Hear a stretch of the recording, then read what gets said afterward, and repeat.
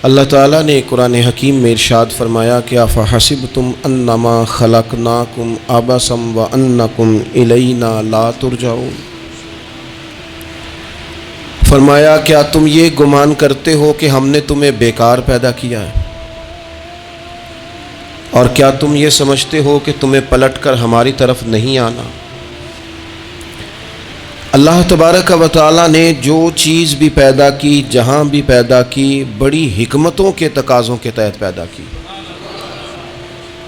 میں کسی شخص سے بیزار نہیں ہو سکتا، کیونکہ ایک ذرہ بھی تو بیکار نہیں ہو سکتا۔ اللہ نے ہر چیز کو کمال حسن کے ساتھ دنیا میں پیدا کیا، اور انسان تو اشرف المخلوقات ہے۔ یہ تو اللہ تعالیٰ کی تخلیق کا شاہکار ہے۔ اللہ تعالیٰ نے اسے بڑی رعنائیوں کے ساتھ، بڑی حکمتوں کے ساتھ، بڑے کرم کے ساتھ پیدا فرمایا۔ اس کو اللہ تعالیٰ نے سمجھنے کی، بات کرنے کی، اپنا ما فی الضمیر کہہ دینے کی صلاحیت عطا فرمائی۔ مالک نے اسے عقل، شعور دیا، اور جو بڑی طاقتور مخلوق نظر آتی ہیں ان کو اللہ تعالیٰ نے انسان کے قبضے میں دے دیا۔ کتنا بڑا ہاتھی ہوتا ہے لیکن ایک چھوٹا سا بچہ اسے لیے پھرتا ہے۔ کتنا بڑا اونٹ ہے، کتنی طاقت رکھتا ہے، لیکن ایک چھوٹا سا بچہ اس کے ناک میں نکیل ڈالتا ہے اور اسے لے کے گھومتا ہے۔ اللہ تبارک و تعالیٰ نے اسے اشرف المخلوقات بنایا ہے۔ اتنے اتنے بڑے جہاز ایک انسان کے قبضے میں دے دیے ہیں۔ وہ جب چاہتا ہے جہاز اڑتا ہے، جب چاہتا ہے اسے زمین پہ اتار لیتا ہے۔ اللہ کی دی ہوئی طاقت سے ملکوں کو سر کرنا، بڑی بڑی ٹیکنالوجی کو ایجاد کرنا خدا نے اپنی توفیق سے اسے عطا کیا۔ اور پھر اگر وہ مسلمان ہے، پھر اگر وہ حضور کا غلام ہے، تو پھر تو فرمایا کنتم خیر امت اخرجت للناس، انسان ساری مخلوق میں افضل ہیں، اور میرے محبوب کا کلمہ پڑھنے والے سارے انسانوں میں سب سے افضل ہیں۔ ان کو اللہ نے اور زیادہ فضیلتوں سے، برکتوں سے مالا مال کیا۔ یہ وہ مخلوق ہے، یہ وہ لوگ ہیں، یہ وہ امت ہے کہ جو صرف ارادہ کرتی ہے نیکی کا، کرتی نہیں۔ ارادہ کرتی ہے تو اللہ نیکی کرنے کا اجر عطا فرما بھی دیتا ہے۔ یہ ابھی پلان کرتی ہے کہ میں یہ کام کروں گا تو رب اس کا ثواب شروع بھی فرما دیتا ہے، لیکن پتہ نہیں کیا ہو گیا ہے لوگوں کو، نیکی کے ارادے کرنے ہی چھوڑتے جا رہے ہیں، نیکی کی منصوبہ بندی کرنی چھوڑ دی ہے، خیر کے لیے پلان کرنا ہی چھوڑ دیا ہے۔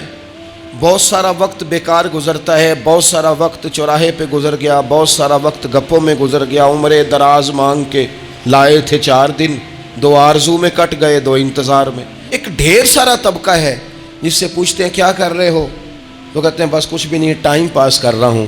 تو میں کہتا ہوں یار اتنا فالتو ٹائم کہاں سے آیا جسے پاس کرنا پڑا؟ میں بور ہو رہا ہوں تو میں کہتا ہوں بور ہونے کے لیے وقت کہاں سے لیا آپ نے؟ آپ تو مسلمان ہیں، آپ کا تو وقت شریعت نے بڑا قیمتی کر دیا ہے۔ آپ تو 1 منٹ میں 3 بار سورہ اخلاص پڑھ سکتے ہیں۔ آپ کو تو ذرا سا وقت ملے تو آپ جا کے 2 رکعت نماز کی نیت باندھ سکتے ہیں۔ آپ کو تو تھوڑا سا وقت ملے تو آپ کے تو نبی پاک علیہ السلام نے یہاں تک ہماری تربیت کر دی، ہمارے حضور فرمانے لگے تم کانٹا اٹھا سکتے ہو نا گلی سے، تو وہی اٹھا دینا، اس پر بھی رب صدقے کا ثواب عطا کرے گا۔ تو یہاں تو کانٹوں سے بھری ہوئی گلیاں ہیں۔ میرے نبی پاک نے تو فرمایا تھا کسی مومن کو بس خوش کر دینا، وہ چاہے لمحے کے لیے ہی ہو، اس کے دل میں راحت ڈال دینا، اسے تسلی دے دینا، روتے ہوئے آنکھ کے آنسو پونچھ دینا، اس کو کہہ دینا میں تیرے ساتھ ہوں۔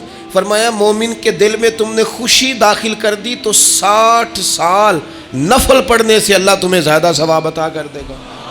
تو یہ فارغ بیٹھنے کا وقت کہاں سے آیا؟ یہ بور ہونے کا ٹائم کہاں سے آیا؟ ہم نے اپنے آپ کو بیکار کر لیا ہے، رب نے نہیں بیکار پیدا کیا، ہم نے بیکار کر لیا، ہم نے اپنے آپ کو زنگ لگا لیا۔ ملت کا وہ جوان جس کو چاہیے تھا کہ وہ خاندان کے 20، 50، 60 لوگوں کو لے کر چلتا، کفالت کرتا، نمائندگی کرتا، آگے بڑھ کے کہتا میں ہوں نا، گھبرانا نہ، وہ نوجوان خود دکھ سناتا ہے رو رو کے، وہ مجبوریاں سناتا ہے، وہ کچی کچی باتیں کرتا ہے، وہ کہتا ہے مجھے کالا جادو ہو گیا ہے، وہ کہتا ہے فلانے کی نظر لگ گئی ہے، وہ کہتا ہے چچا نے آگے نہیں جانے دیا، وہ کہتا ہے میں ابا جی نے صحیح تقسیم نہیں کی تو میں پیچھے رہ گیا. اتنی کمزور بات کرے گا. اور وہ مسلمان اپنی صلاحیت کو پہچانے. حضرت سعدی شیرازی کے پاس ایک شخص نے بیٹھ کے اپنے دوستوں کی غلطیاں گنوانی شروع کر دی. ان میں یہ بھی غلطی ہے, یہ بھی غلطی ہے, یہ بھی غلطی ہے, یہ بھی غلطی ہے, یہ بھی غلطی ہے. تو حضرت سعدی ہنس پڑے, فرمانے لگے اور یاد رکھ تیرے سجن بڑے ہی برے ہیں, پر پانی بڑا بھی گندا ہو نا تو آگ بجھانے کے کام پھر بھی آ جایا کرتا ہے. وہ کوئی تو خوبی ان میں تلاش کر لینا. پانی بڑا بھی گدلا ہو تو آگ تو بجھاتا ہے کہ نہیں بجھاتا. ہمارا یہ مزاج بن گیا ہے کہ ہم اپنی صلاحیتوں سے کام ہی نہیں لیتے. ہمیں پتہ ہی نہیں ہم کیا کر سکتے ہیں. میرے رسول پاک صلی اللہ علیہ وسلم کا کمال یہ ہے کہ حضور نہ انسان کی صلاحیتیں اجاگر کر دیتے, محبوب اجاگر کر دیتے, حضور اندر جذبہ پیدا کر دیتے.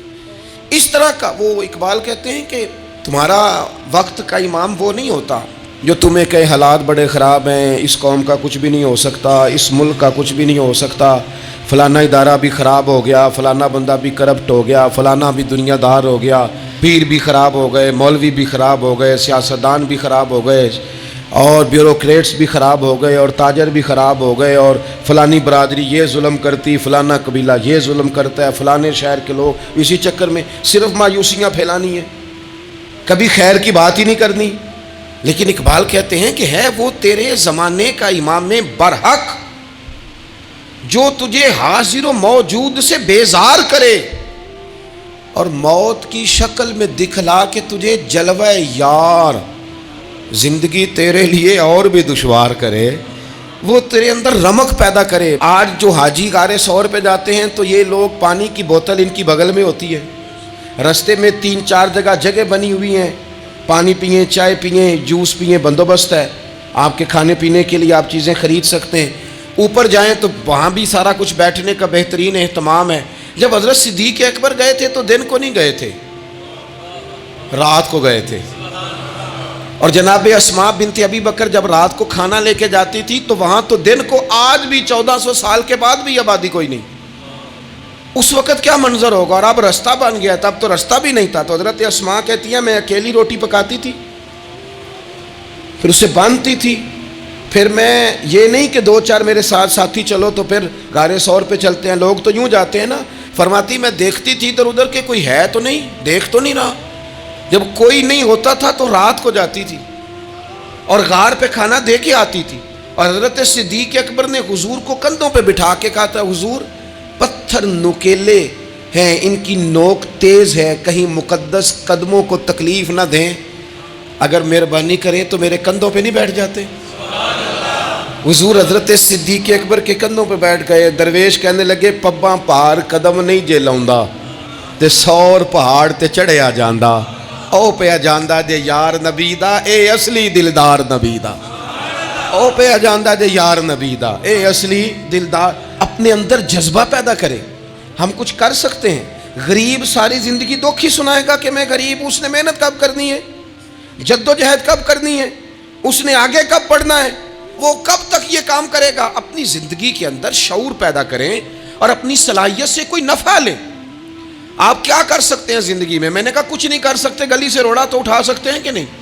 کچھ انقلاب اپنے مزاج میں پیدا کریں, کچھ تبدیلی پیدا کریں. اس کے لیے سب سے زیادہ ضروری یہ ہے کہ ہم اپنے اندر اخلاقی تبدیلی لانے میں کامیاب ہو جائیں. کائنات میں ایک قوم وہ سمجھتی ہے جن کا اخلاق سنور جاتا ہے, اور جو لوگ اپنے اندر اخلاقی تبدیلی نہیں نہ لاتے. آپ دیکھیں نبی پاک علیہ السلام کا انقلاب کس طرح کا ہے. عرب کے لوگ سمجھتے تھے کہ معاف کرنا بزدلی ہے, صبر کرنا بزدلی ہے. وہ کہتے تھے یہ کیا بات ہوئی, ہمارا دشمن کیا سمجھے گا کہ بزدل ہے, انہوں نے معاف کر دیا ہے. وہ کہتے تھے معاف کر دیں تو کمزور پڑ جائیں گے, سامنے والا کہے گا کہ ان کے پلے کچھ نہیں, معاف کر دیا. اور ہمارے زمانے میں آج معاف کمزور آدمی کرتا ہے, طاقتور آدمی معاف نہیں کرتا. وہ جس کے پاس طاقت نہیں ہوتی وہ کہتا ہے ٹھیک ہے میں نے اللہ پہ چھوڑ دیا, حالانکہ اس نے بھی اچھا کیا, پر کمال تو یہ ہے کہ تیرے پاس ساری طاقت ہو پھر بھی تو فیصلہ اللہ پہ چھوڑے. اور حضرت موسیٰ کلیم اللہ علیہ السلام نے عرض کیا تھا مالک تیرے بندوں میں تیری نظر میں معزز کون ہے؟ تو رب کریم نے فرمایا میرے کلیم جس کے پاس بدلہ لینے کی طاقت ہو پھر بھی معاف کر دے, وہ رب کی نظر میں بڑی عزت والا ہے. عرب کے لوگ سمجھتے تھے یہ بزدلی ہے کہ میں معاف کر دوں, لیکن حضور نے ان کو اخلاقی طور پہ بدل دیا، اور نبی پاک نے فرمایا معاف کرنا بزدلی نہیں، یہ تو اعلیٰ ظرفی ہے۔ تو پھر کس طرح بھلا معافی ان کو ہوئی؟ فتح مکہ کے دن حضور نے اس طرح نہیں معاف کیا کہ پہلے ہمارے ہاں بھی لوگ معاف کرتے ہیں تو ہم پتہ کس طرح معاف کرتے ہیں، پہلے ساری اس کی زیادتیاں گنواتے ہیں۔ پتہ ہے نا تو نے اس وقت کیا کہا تھا، یاد ہے نا تو بڑی ڈینگے مارتا تھا، یاد ہے نا تو بڑی بڑھ کے مارتا تھا۔ عرب کے لوگ سارے سامنے کھڑے ہیں، پتہ کون کون ہیں؟ اکرمہ بن ابو جہل آخری دن تک لڑے، ابو سفیان آخری دن تک لڑے، سارے لوگ سامنے کھڑے، کچھ بھاگ گئے ہیں، جان بچا رہے ہیں۔ حضور نے کیا فرمایا؟ فرمایا پتہ تمہارے ساتھ آج سلوک کیا کرنا ہے؟ یا رسول اللہ بتائیے۔ تو نبی پاک نے فرمایا وہی کرنا ہے جو جناب یوسف نے بھائیوں کے ساتھ کیا تھا، بات ہی کوئی نہیں کرنی، پچھلا قصہ چھیڑنا ہی نہیں، نہ کانٹے بچھانے کی بات کرنی ہے، نہ روڑے مارنے کی کرنی ہے، نہ بدر میں آنے کی کرنی ہے، نہ احد میں پتھر مار کے دانت شہید کرنے کی بات کرنی ہے، نہ خندق کی بات کرنی ہے، نہ خیبر کی کوئی بات۔ جاؤ نہ معاف کیا، بات ہی کوئی نہیں کرنی، معافی دے دی۔ ابو سفیان کہنے لگے حضور مجھے بھی معافی ہے۔ سونیا تیرے کرم پہ قربان جاؤں۔ میرے کریم فرمانے لگے تو قبیلے کا سردار ہے، مکہ شریف کے لوگ تجھے بڑا سمجھتے ہیں، دیکھ حضور معاف بھی کرتے ہیں اور عزت بھی دیتے ہیں۔ فرمایا جا میں نے تجھے معاف کیا، اور جو تیری حویلی میں آ کے پناہ لے لے گا میں اسے بھی معاف کر دوں گا، اسے بھی معافی مل جائے گی جو تیرے گھر آ جائے گا۔ اب تبدیلی آ گئی، وہ جو اندر کفر تھا وہ ٹوٹ گیا، انقلاب آ گیا۔ یہی ابو سفیان جو کل تک مخالفت میں لڑتے تھے، پھر یہ حضور کے ساتھ جنگوں میں جاتے، اور اس طرح جاتے کہ حضور گھوڑے پہ بیٹھے اور جناب ابو سفیان نے گھوڑے کی لگام تھامی ہے، ہر میدان میں گئے، ہر جگہ خدمت کی۔ اکرمہ بن ابو جہل کا پتر ہے، کوئی کسر نہیں چھوڑی اس نے، حد کر دی، ہر جگہ لڑا، ہر مقام پہ۔ لیکن فتح مکہ کے موقع پر یہ بھاگ گیا تھا، جان بچا کے چھپ گیا۔ اس کی بیوی آئی، آگے کہنے لگی سونیا میرے چھوٹے چھوٹے بچے ہیں، مجھے پتہ چلا ہے کہ میرے شوہر کے لیے آپ نے ڈیتھ وارنٹ جاری کر دیے ہیں کہ جہاں ملے مار دیا جائے، صحابہ نے یہ اعلان کیا ہے، وہ سخت مجرم ہے، اس کے لیے سخت آرڈر جاری کیا گیا ہے۔ تو کریم کیا فرمانے لگے؟ حضور فرمانے لگے تو کیا چاہتی ہے؟ میں کوئی آپ کو قصہ تو نہیں نہ سنا رہا، خدا را مہربانی کریں، تھوڑا سا دل بڑا کریں، تھوڑا سا۔ وہ ساس کہتی ہے جی میں کہ میں معاف کر دیا جی، تو انہوں پتہ نہیں پیر صاحب میرے اندر زخم کنے نے، مثلا کیا ہے، گولی مار دی ہے کسی نے کسی کو۔ بہو سے کہیں تو کہتی ہے جی میں معاف کر دوں، اس کو معاف کر دوں، آپ کو بتاؤں اس نے تکلیف کتنی دی۔ مہربانی کرو ایک دوسرے کو معاف کرو، اپنے دل میں گنجائش پیدا کرو۔ اس بندے کی بات ہو رہی ہے جو باپ سے لگا ہوا ہے مخالفت کرنے، ابے نے بھی ظلم کیے، اس نے بھی کیے۔ حضور اس کی بیوی سے کہتے ہیں کیا چاہتی ہے؟ کہنے لگی حضور معاف کر دیں اسے۔ تو نبی پاک صلی اللہ علیہ وسلم نے فرمایا ٹھیک ہے، یہاں تو معافی کا دروازہ تو سب سے زیادہ کھلا ہوا ہے، تو کہتی ہے تو چلو ٹھیک ہے معاف کیا، ہو گئی بات۔ اس نے جا کے جہاں چھپا ہوا تھا اسے کہا اکرمہ حضور نے تجھے معاف کر دیا۔ کہنے لگا کوئی کرنے والی بات کر، وہ معاف کرتے ہیں مجھے پتہ ہے، بڑا کرتے ہیں، پر جو میں نے کیا ہے وہ معافی والا نہیں۔ مجھے معافی ہو سکتی ہے، یہ کیسے ہو سکتا ہے، یہ کیسے ہو گیا، ہو ہی نہیں سکتا۔ اس کی بیوی پھر آئی، کہنے لگی حضور وہ مانتا نہیں، یہ تاریخ صرف میرے رسول کی ہے، یہ سیرت صرف میرے رسول کی ہے، کہ جس کو معاف کیا جا رہا ہے اس کی سمجھ میں بات نہیں آ رہی کہ بھلا مجھے معاف کر دیا ہے۔ حضور کہتے ہیں اچھا تو بتا وہ کیسے مانے گا؟ کہنے لگی حضور اگر کوئی نشانی دے دینا، عرب کے لوگ تلوار دے دیتے تھے، زرہ دے دیتے تھے، پگڑی دے دیتے تھے، چھڑی دے دیتے تھے، یہ دلیل ہوتی تھی کہ فلاں نے نشانی دے دی۔ اگر کوئی مل جائے نا نشانی، محبوبہ اس طرح تو کوئی نہیں کرتا جیسے آپ کرتے ہیں۔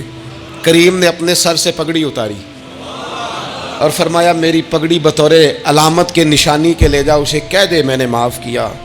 اب اکرمہ کو معافی ہو گئی، وہ آ رہے ہیں، یوں اخلاق بدلتے ہیں، وہ آ رہے ہیں۔ یہاں کوئی بڑا آدمی آئے نا تو پہلے اعلان ہوتا ہے فلاں بن فلاں صاحب آ رہے ہیں، اب ان کو دعوت دیتے ہیں، لیکن وہ اعلان چھوٹا کرتا ہے بڑے کے لیے۔ یہاں انوکھا باب ہے، اکرمہ کلمہ پڑھنے آ رہے ہیں، نبی پاک صحابہ سے کیا فرما رہے ہیں؟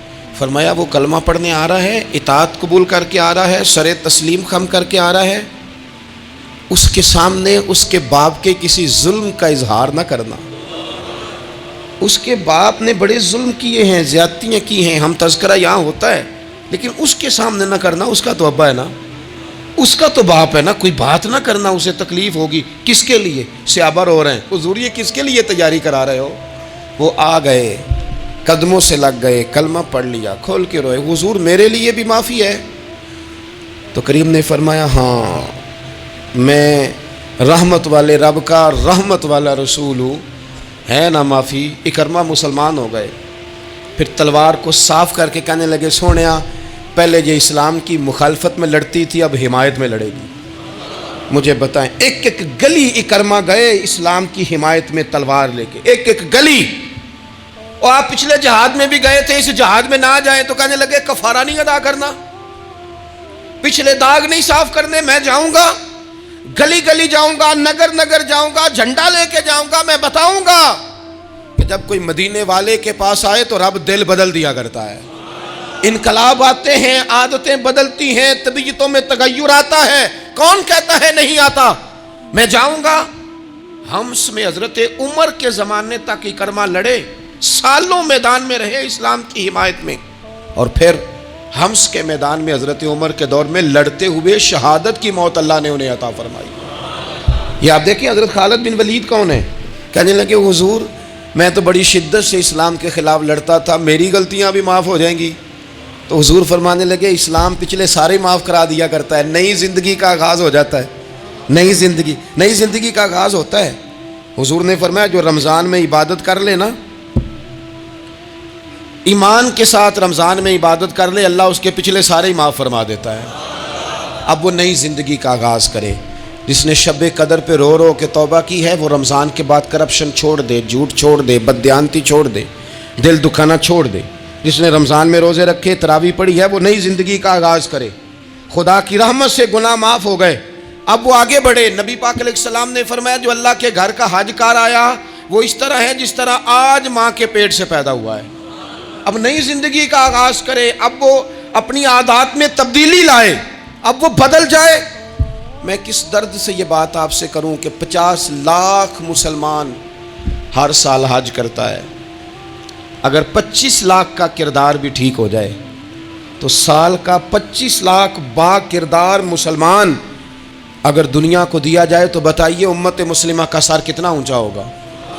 لیکن ہمارا حال وہی ہے کہ آج بھی کیتی جاندے ہو تے لہو بھی پیتی جاندے ہو, کھو کے مال یتیماں دا تے بھیج مسیتی جاندے ہو, پھٹ دلاں دے سیندے نہیں تے ٹوپیاں سیتی جاندے ہو, نفس تے چھری پھیر دے نہیں دمبے کیتی جاندے ہو, فرض پلائی بیٹھے ہو, نفلاں نیتی جاندے ہو, او دسو تے سی بلے شانو ایک ہی کیتی جاندے ہو. بات وہی ہے کہ کعبے گئے, مدینے گئے, کربلا گئے, جیسے گئے تھے گھوم پھر کے ویسے ہی آ گئے. کچھ تبدیلیاں اپنے مزاج میں لائیں, اپنی عادات میں لائیں. حضرت خالد بن ولید نے کہا حضور سارے گناہ معاف ہو گئے. فرمایا ہو گئے. حضرت خالد بن ولید نے پھر اپنی تلوار تھامی اور جناب خالد بن ولید پھر اس طرح میدانوں میں نکلے کہ نبی پاک نے فرمایا اب یہ خالد نہیں, یہ تو سیف اللہ ہے, یہ تو اللہ کی تلوار بن گیا ہے. اس جذبے سے, شوق سے اپنے مزاج کو تبدیل کر کے اس طرح میدان میں آئے. فرمایا اب یہ اللہ کی تلوار ہے. پورا وجود زخمی کرایا اور ساری زندگی اسلام کی حمایت میں تلوار چلائی. ہم بدل سکتے ہیں, تبدیلی آ سکتی ہے, ہمیں بدل جانا چاہیے. بہلول دانا سے کہا تھا ہارون رشید نے کہ مجھے کوئی نصیحت کر دے, میں بادشاہ ہوں, سخت دل ہو جاتا ہے کئی دفعہ. تو حضرت بہلول دانا کہنے لگے میں کیا نصیحت کروں, آپ کا باپ کہاں ہے؟ کہنے لگے قبرستان میں. کہا ایک بڑا بھائی بھی تھا, بڑا پیار کرتا ہے, سنا آپ سے, کہاں ہے؟ کہا قبرستان میں. تو کہا وہ ایک چچا زاد بھی آپ کے ساتھ میں نے دیکھا ہے. کہا وہ بھی قبرستان میں. یاد کرانا شروع کیا حضرت بہلول نے. فرمایا وہ ننہال والے, ددہال والے, وہ ماموں, وہ چاچو کا سب قبروں میں. آخری جملہ کہا, فرمایا تیرا ایک پتر بھی تھا, چڑھتی جوانی تھی, قد اونچا تھا, رنگ گورا تھا. ہارون رشید رو پڑے, کہنے لگے حضور وہ بھی قبرستان میں. تو فرمایا جس نے اتنے جنازے پڑھے ہوں اسے میں نصیحت کروں, تیرا کیا خیال ہے, تو نے نہیں جانا؟ یارو ہم نے اپنے کئی کلاس فیلوں کے جنازے پڑھے ہیں. بڑا پیار تھا میرا اپنی دادی کے ساتھ. تو 97 میں وہ انتقال کر گئیں. دادا ابو چلے گئے, اماں جی چلی گئیں, ابا جی چلے گئے, نانا چلے گئے, پھپھا چلے گئے, دوست چلے گئے. یہاں پچھلے سال کئی سنگی تھے، اس سال نظر نہیں آتے، رخصت ہو گئے۔ او سنگیو، یہ تو ساری تیاری ہے، ہم نے بدلنا کب ہے؟ اب تو ہمارا بڑھاپا آنے کو ہے، اب تو بال سفید ہونے کو۔ تبدیلی کس وقت؟ اللہ تعالیٰ نے قرآن مجید فرقان حمید کے اندر فرمایا اللہ ولی الذین آمنوا یخرجہم من الظلمات الی النور۔ اللہ مومنوں کا ولی ہے، وہ انہیں اندھیروں سے نور کی طرف نکالتا ہے، وہ رستہ دکھاتا ہے۔ بار بار راہ کھلتی ہے ہمارے سامنے، پر ہم قبول کرنے کو تیار نہیں ہوتے۔ کچھ تبدیلی اب آ جائے، کچھ زبان میں مٹھاس آ جائے، کچھ ہمارے عمل میں پختگی آ جائے۔ ہم نہ بہت سارے کام لوگوں کو دیکھ کر کرتے ہیں، اس سے تھوڑی جان چھڑائی جائے۔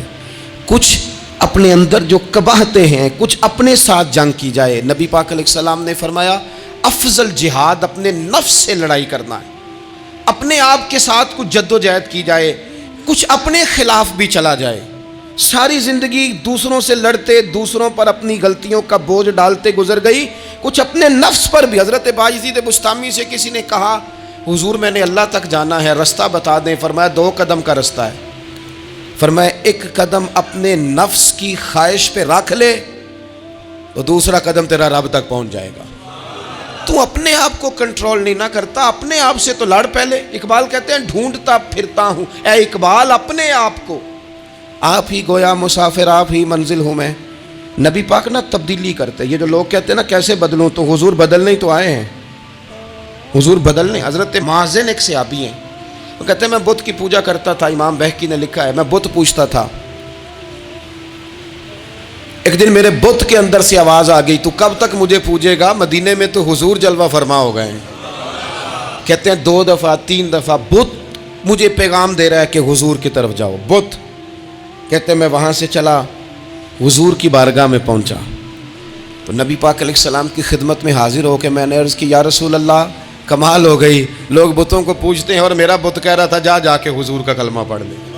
او سکیاں کھجوراں اگا جام دے تے پتھراں تو کلمہ پڑھا جام دے۔ فرمایا وہ انہوں نے مجھے بت نے بھیجا ہے۔ حضرت مازن کہتے ہیں حضور کی بارگاہ میں آیا، نبی پاک نے کلمہ پڑھایا تو میں نے عرض کی حضور میرے اندر کچھ قباہتیں بھی ہیں، کسی کی چیز دیکھ کے میرا جی للچا جاتا ہے، میں چوری کر لیتا ہوں، بدکاری کا بھی مزاج ہے، شراب نوشی بھی ہو جاتی ہے۔ کہتے ہیں حضور نے میرے سینے پہ ہاتھ رکھا، میرے لیے دعا کر دی۔ آپ فرماتے ہیں گردن اونچی تھی کبھی نیچی نہیں ہوئی تھی، پر وہ کلمے کی کیا برکت آئی کہ ایسا سر جھکا کہ وہ جھکا ہی رہا، ایسی تبدیلی آئی کہ آ گئی، نفرت ہو گئی۔ کہتے ہیں حرام مال آتا ہے تو میری طبیعت پہ بوجھ بن جاتا ہے۔ میں اکثر دوستوں سے کہتا ہوں کہ ہمارے ہاں لوگوں کا عجیب مزاج ہے، وہ اپنا مائنڈ سیٹ کر لینا، کبھی ذہن بنا لینا یہ چیز حرام ہے تو وہ کبھی بھی حلق سے نیچے ہی نہ جائے۔ آپ گوشت کھا رہے ہوں اور بڑا اچھا پکا ہوا ہے، بہترین مسالہ جات لگے ہوئے ہیں، بہترین، آپ کھا رہے تھے گوشت، کوئی بندہ آپ کے کان میں آ کے کہہ دے صدقے کا ہے، اس کا منہ میں ذائقہ بدل جاتا ہے کہ نہیں؟ بھائی گوشت تو وہی ہے، یہ کیسے بدل گیا؟ کیونکہ آپ کے نا وہاں کمپیوٹر میں فٹ ہے کہ صدقہ میرے لیے درست۔ آپ وہ کہتے ہیں یہ تو فوم بن گیا، بھائی یہ کیا بن گیا؟ چلیں اس سے بھی آگے چلتے ہیں۔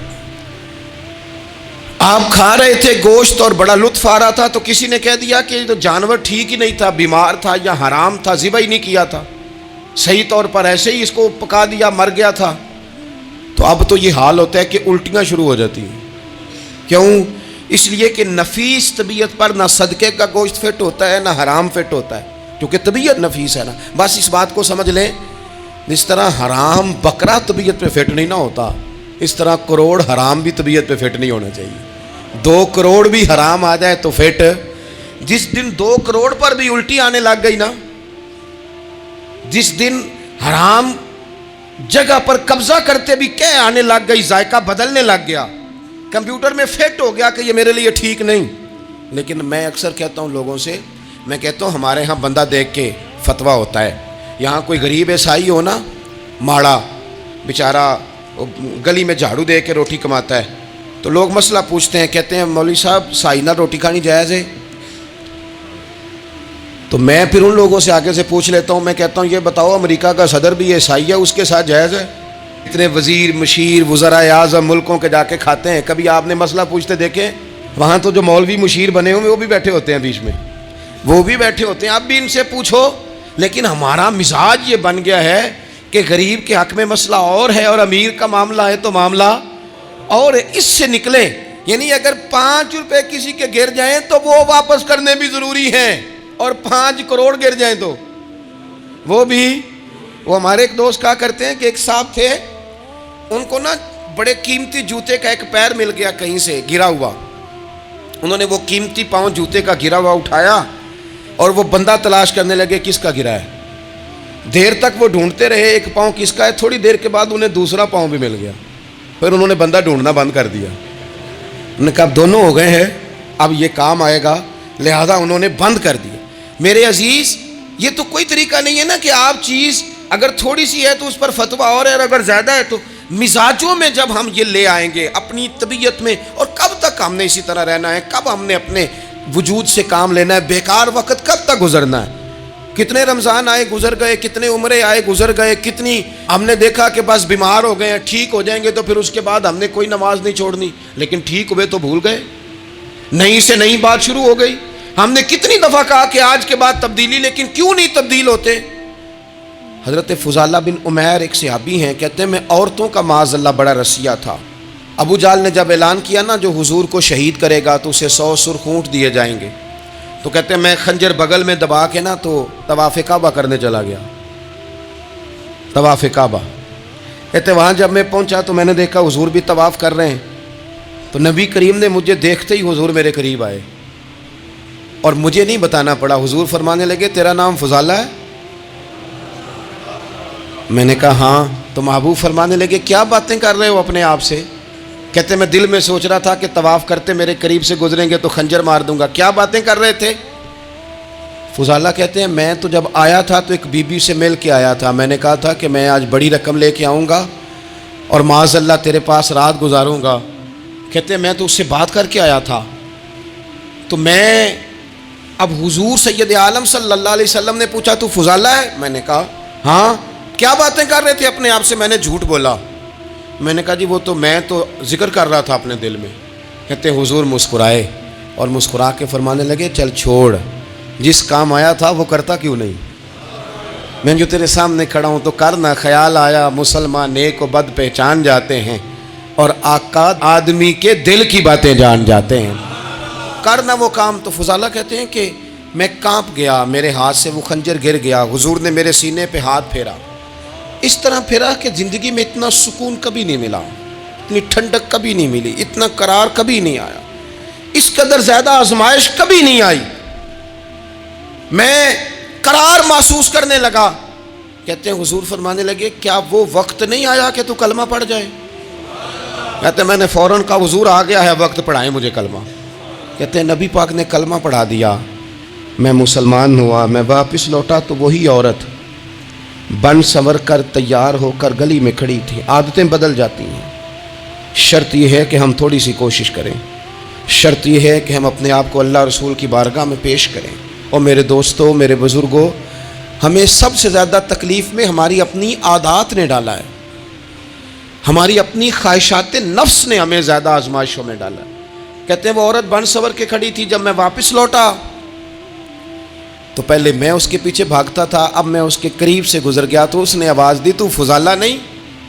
کہتے ہیں میں چپ کر گیا، وہ پھر پیچھے دوڑی، میرا گریبان پکڑ کے کندھا پکڑ کے ہلایا تو فضالہ نہیں؟ کہتے ہیں میری جھکی ہوئی گردن، میں سر نہیں اٹھاتا، مجھے کہنے لگی تو وہ نہیں ہے جو فضالہ ہے؟ میں نے کہا ہوں میں فضالہ، پر وہ والا نہیں جو تجھے ملا کرتا تھا۔ کہا تو اب کون ہے؟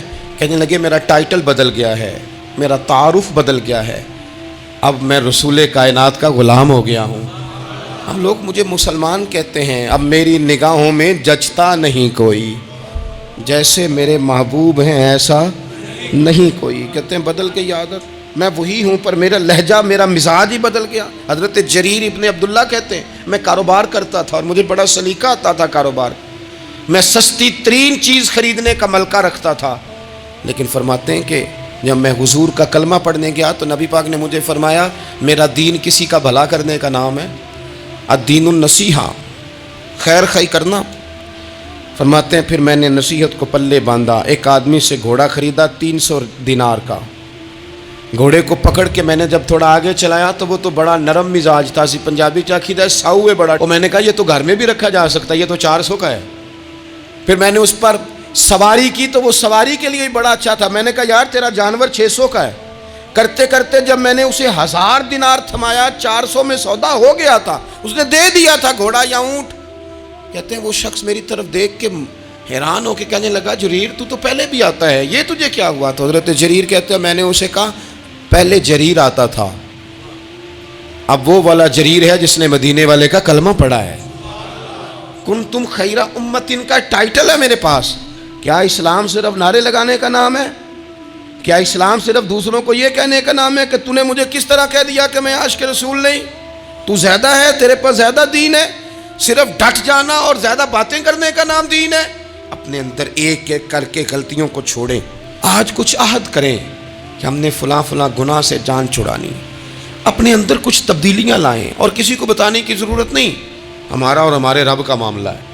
اکیلے میں بیٹھ کے اللہ کے حضور عہد کریں، اکیلے میں بیٹھ کے۔ آج میں نے آپ سے خدمت میں ایک اپیل کرنی ہے، وہ یہ ہے کہ ہم نے نہ آج عہد کرنا ہے کہ ہم نے جھوٹ نہیں بولنا۔